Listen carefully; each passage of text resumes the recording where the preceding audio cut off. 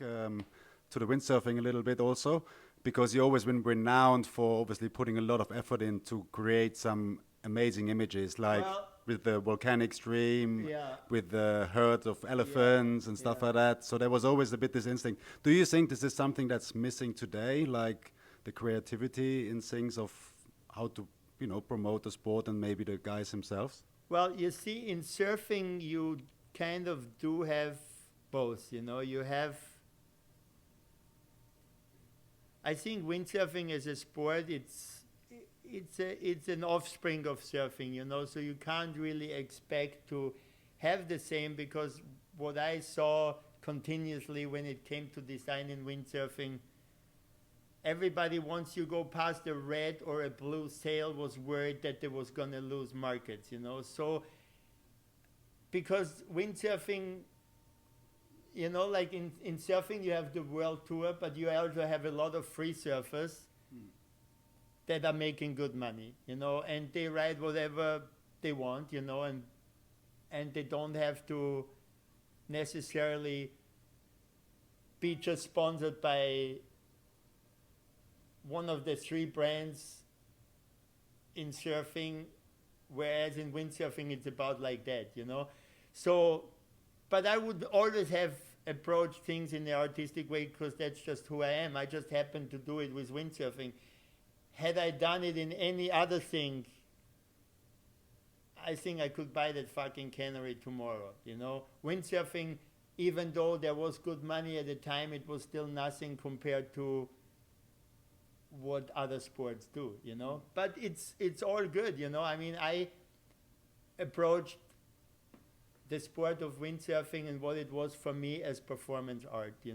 I never realized it, and I got lucky because I got inspired in New York at the layover by, I mean, my whole career I owe it to Andy Warhol, but I never knew it until 2 months ago, because his number one assistant, which I didn't know at the time that his name was Ronnie Cutrone, and Andy was doing the Brillo boxes, he did the Campbell soups, and he did some brands, General Electric, but then his assistant was trying to do stuff that Andy didn't do, and then what the assistant didn't do and what Andy didn't do, I did, and already, I mean, by fluke, I found this thing, a TV show from 1982 in French TV, and I did the Eskimo in the Pez riding, I did the Eskimo in the Zenith riding, and then I mixed it with, I mean, all the board graphics I did, or the sail graphics,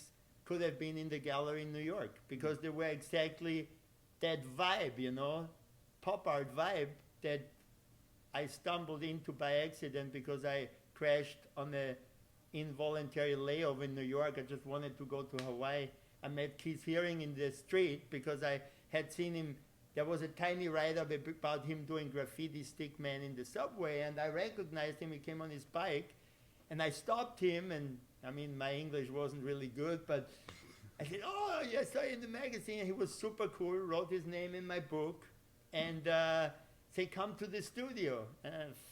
Studio, I want to go to Hawaii. Well, fuck the studio, and well, I would have met all my heroes, and so I was so close from that, but even that 20 minutes or 10 minutes in Soho at that gallery was enough to spark everything, because every designer that Jets had bought from me, chiemsee, RRD, I mean, Mata, all these things, they all got originated in that one fluke visit at the Tony Schiavazzi Gallery in New York in 81.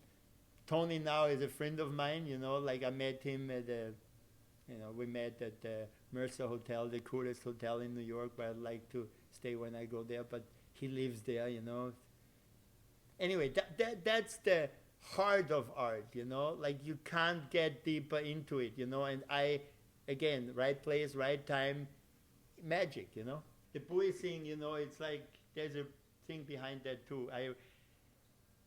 I started OAT, well, I started a lot of things, but basically everybody in their life needs a buoy, right? So all this plastic that floats up, as bad as it is, you see shells growing on it, A buoy is something in the dictionaries, it says, to buoy means to bear up or sustain as hope and courage does. I didn't know that either. I was just fascinated by the buoys because everybody needs a buoy in their life. For me, windsurfing was a buoy. My friends are a buoy. Anything that keeps you afloat, right? So anyway, that's why I have video from before 9/11, 12 American Airlines guys in Orly at the airport, always buoys. I checked in stuff you cannot believe. I went with 2 trucks to the airport. My record, I think, was 28 pieces of excess luggage. Balconies from Vienna for my other project, which I restored an old mill that's now one of the 5 best places in the United States to get married. While I was doing the windsurfing, the design, that is, that. I don't know. Sometimes I feel like I did nothing, but then you did a lot as well. Very inspiring stories from you. I think we're gonna cut this here, but it's very big pleasure for us to talk to you and to visit you in your amazing studio. So thank you very much, Mickey. Cool. So that is JAKLAR Positive Vibes in the traces of the legends. We're with Mickey Eskimo, and thanks again for the invite. You're very Great welcome. to see you. Bye bye. Aloha. Aloha.